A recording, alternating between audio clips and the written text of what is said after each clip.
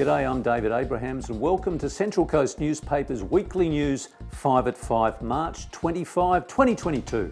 The school strike for climate was held today in Gosford as part of a national campaign to highlight climate change ahead of the election, as you can see.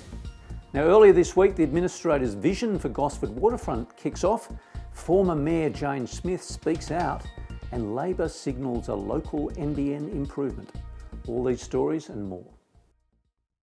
And we talked to former Mayor Jane Smith this week, who has hit back at criticisms levelled at the now sacked Central Coast councillors in the public inquiry report into council's financial woes. Here's some of what she had to say. Look, I really take on board the comments about councillors should have been acting more quickly.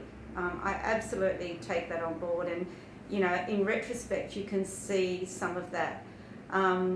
But as I said at the beginning, this figure of 565 million is not an accurate reflection of what the real issue is. The real issue was about budget deficits and making sure that we had a plan to get out of those deficits. The fundamental thing here is the representation of our community.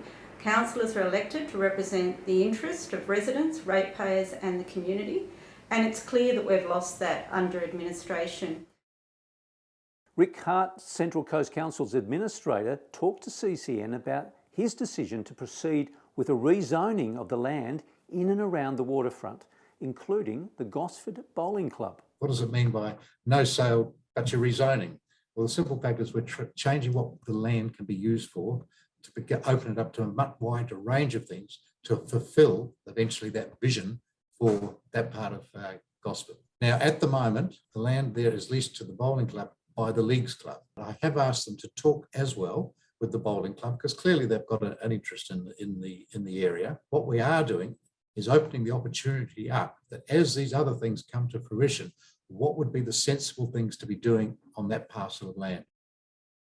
And Shadow Communications Minister Michelle Rowland was on the coast yesterday with Labor candidate Gordon Reid, promoting Labor's renewed NBN plan. And the NBN and internet connectivity is vital for businesses here on the Central Coast, particularly in Robertson. It's also vital for individuals to connect and also vital for people to access community services and health services and vital infrastructure. Labor has announced its plan to increase fibre access in the existing copper footprint to up to 1.5 million premises, and around 40,000 of those premises will be here in the electorate of Robertson.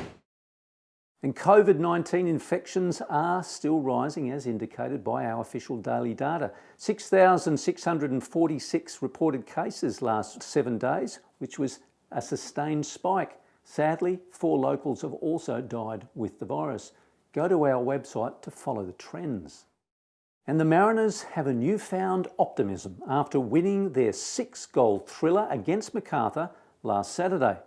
With 10 more matches left this season in the A-League, making the finals will be difficult, but very much in reach. First up is Saturday evening's fixture against Adelaide United at Central Coast Stadium, a chance for some home ground revenge. We let ourselves down for a period when we should have won games, and you know we copped their equalisers or goals that cost us points, and now we've pushed on and.